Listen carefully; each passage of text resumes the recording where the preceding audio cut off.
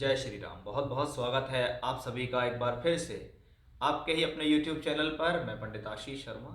मेरा आज का ये वीडियो मकर राशि के जातकों के लिए बहुत ही खास है और ख़ास होने की वजह है कि इस एक ही वीडियो में हम बात करेंगे 2024 के राशिफल के बारे में। ये 2024 आपकी राशि के लिए कैसा है, 2024 के अंदर आपकी शिक्षा, आपका विवाह, संतान, वैवाहिक जीवन, आपकी प्रोफेशनल लाइफ, आपकी इनकम, आपका लाभ, प्रमोशंस, ये सब कुछ कैसा रहने वाला है, वो सब कुछ हम इस वीडियो में बात करेंगे।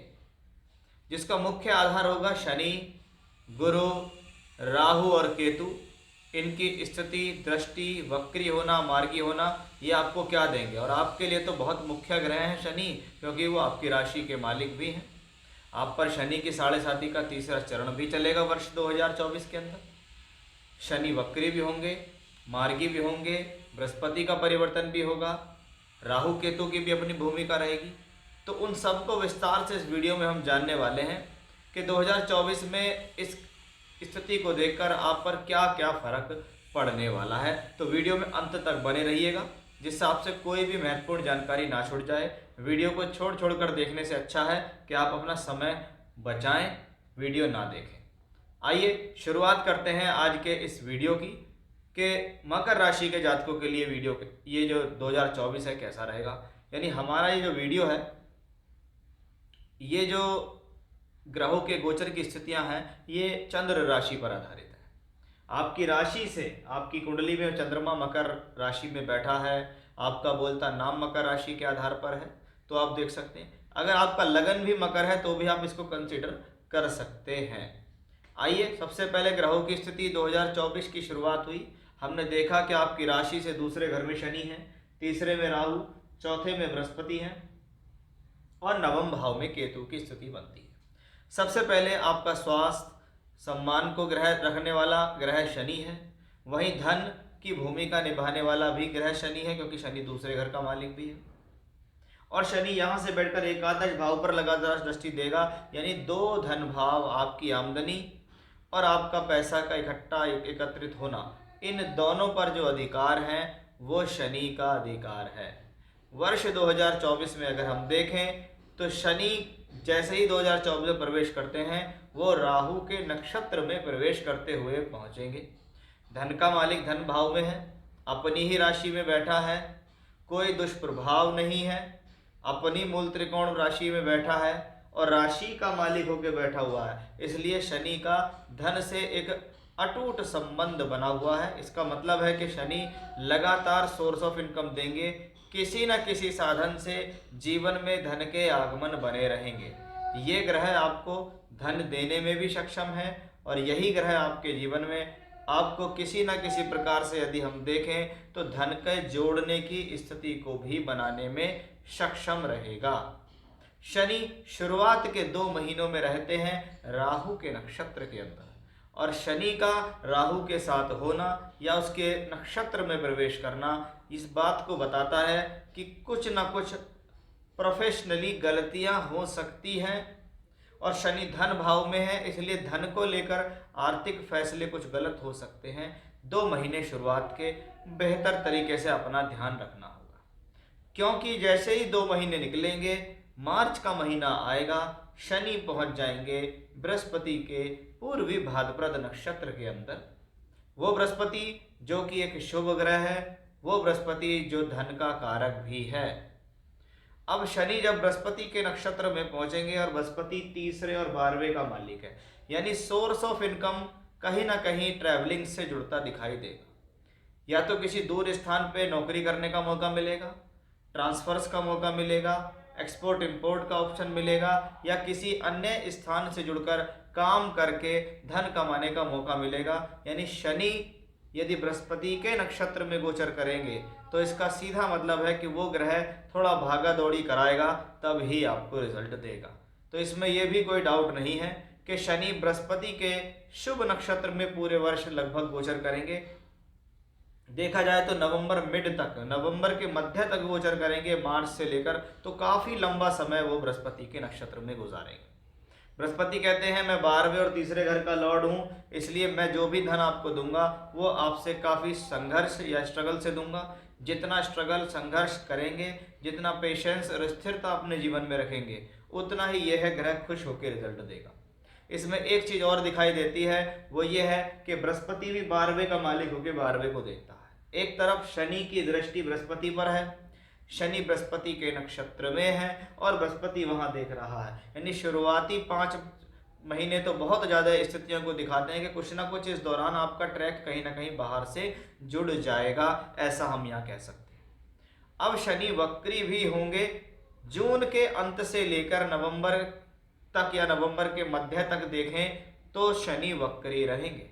ये 4 महीने तक शनि का वक्री होना इस बात को दर्शाता है कि जब शनि दूसरे घर में वक्री हो और राशि के मालिक हो तो अपनी हेल्थ का ध्यान रखें। वो हेल्थ जो खराब होगी वो आपकी खराब दिनचर्या, अनुशासनहीनता या गलत खान पान के लिए होगी।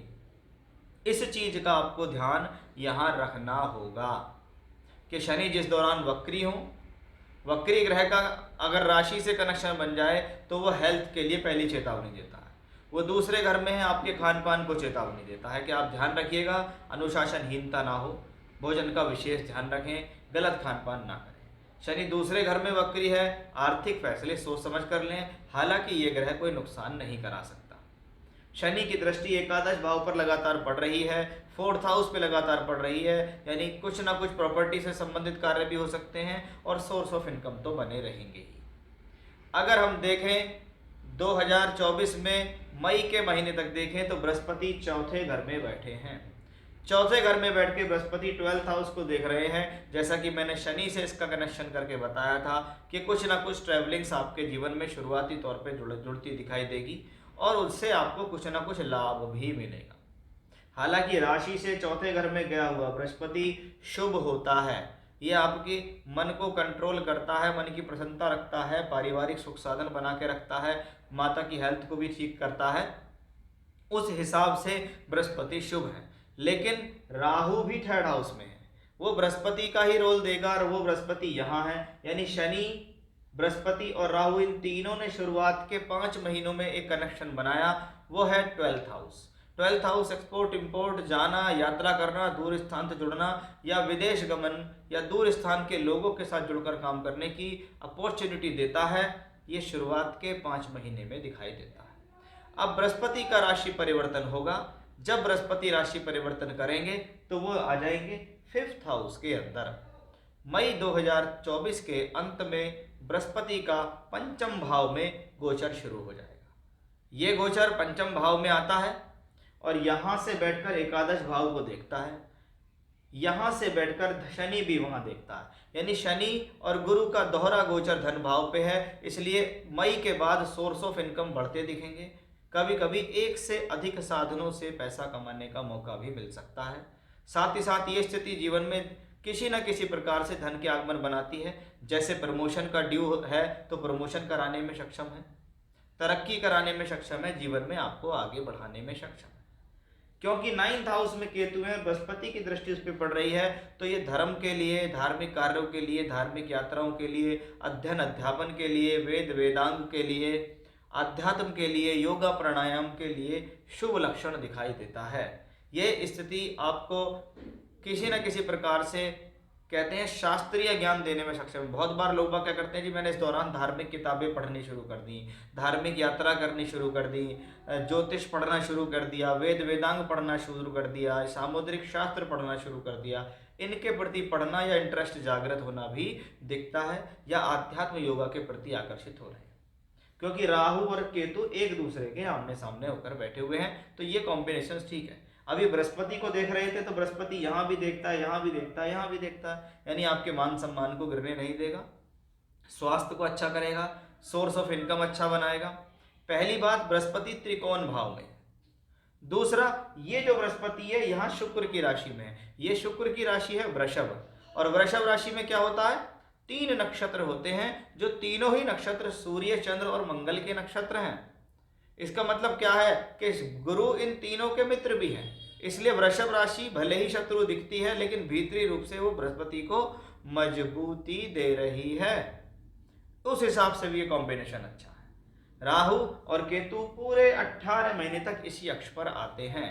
अगर तीसरा घर आपके साहस का है, यात्राओं का है, तो नौवां घर आपके भाग्य का है। ऐसा ग्रह आपको हिम्मत और साहस प्रदान करता है, आपका भाग्य उजागर करता है, आप मेहनत करते हैं, आगे बढ़ते हैं, ट्रैवलिंग्स देने में ये ग्रह सक्षम दिखाई देता है। यही राहु केतु और बृहस्पति संतान और संतान से संबंधित स्थितियों के लिए शुभ है। यही राहु और केतु बृहस्पति आपके जीवन में एजुकेशन के लिए शुभ है। प्रोफेशनल लाइफ के लिए शनि गुरु शुभ दिखाई देते हैं। हेल्थ भी ठीक रहेगी। उस तरीके की स्थितियां बहुत हद तक पॉजिटिव दिखाई देती हैं। विवाह से संबंधित स्थितियों के लिए यदि हम देखें तो वैवाहिक मनमुटाव या तनाव की स्थिति तो नहीं दिखती, लेकिन पूर्ण रूप से ये कह देना कि विवाह का योग बनेगा, ये निर्भर करता है कहीं ना कहीं आपकी कुंडली पर, क्योंकि यहाँ गोचर से तो अभी कोई ऐसा नियम लग नहीं रहा जो विवाह का सुख देने वाला हो। तो ये थी एक कुल मिलाकर स्थिति मकर राशि के जातकों के लिए वर्ष 2024 में। शनि क्या करेंगे, गुरु क्या करेंगे, राहु केतु क्या करेंगे, कब वक्री होंगे, कब मार्गी होंगे, कब परिवर्तन होगा और उस पर आपके जीवन पे क्या प्रभाव पड़ेगा, वो सब कुछ मैंने आपको डिटेल्स में बताया है। जय श्री राम।